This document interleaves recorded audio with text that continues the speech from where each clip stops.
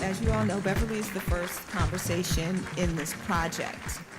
And I was always a big fan of Inside Actor Studio and how they have those 10 questions at the end, the Proust interview. So I have my own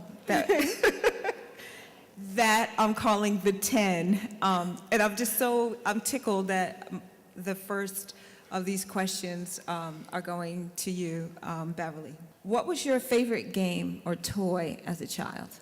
My mother bought me a set of dolls from around the world, and it was just every kind of doll. Mm-hmm. And I'd have my little beauty pageants, and Miss Africa could win my beauty pageant. Okay, that is hilarious.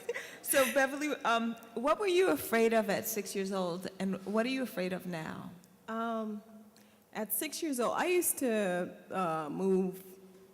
I was moved a lot, mm-hmm. and I was moved with different relatives, and I think I was just afraid of being, I guess being the new kid. I was always the new kid, so that kind of, I always just wanted to kind of disappear and play the background.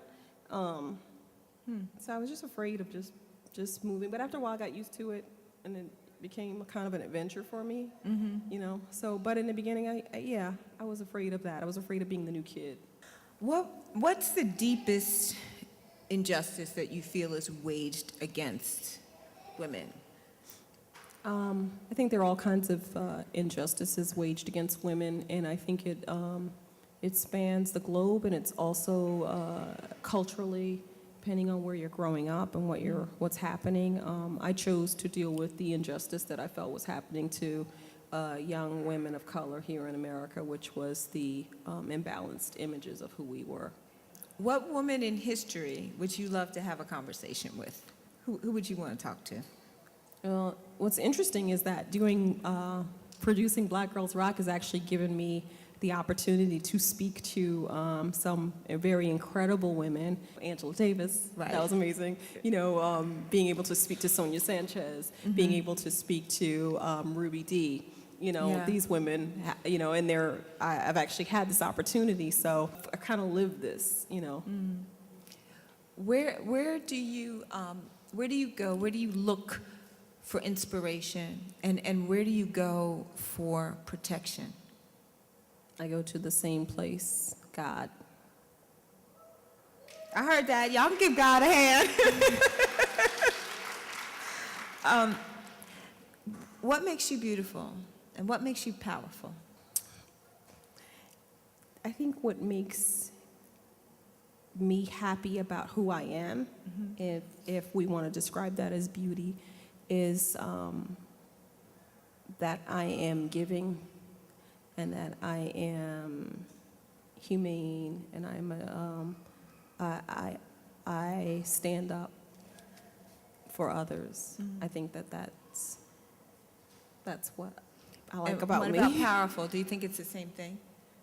I do. I think that it's powerful to be in touch with your truth. And I think I'm in touch with my truth. I think I become more and more in touch with it as I go. I think that, you know, sometimes when I speak up and when I say what has to be said in situations, I realize how gangster I am.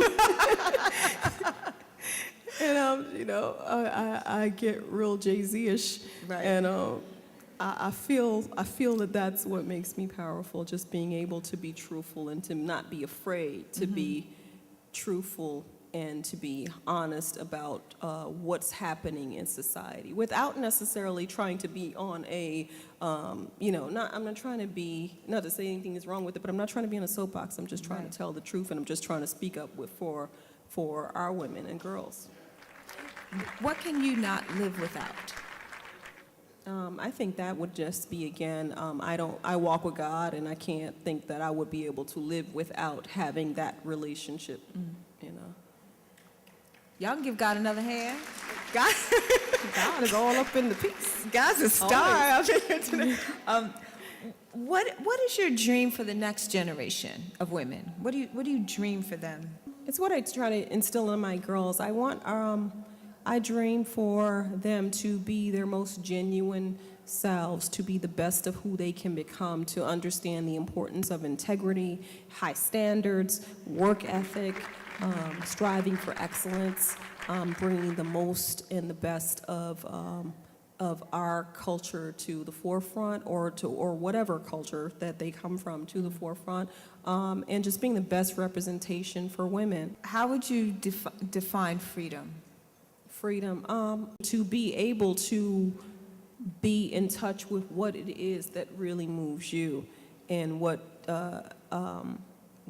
is inside of you that makes you your very unique self, and then trying to bring the best of that to the world without it being tainted by negativity. So here's the last question, Beverly. Who do you think you are? Humanitarian.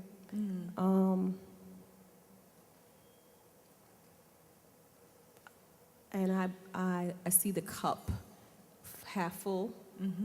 I see the solution. I'm a person that sees the solution, a person that believes. I believe in the best of us. I believe in the best of the human spirit, and I think that makes me a really good person. I think it does, too. Thank you.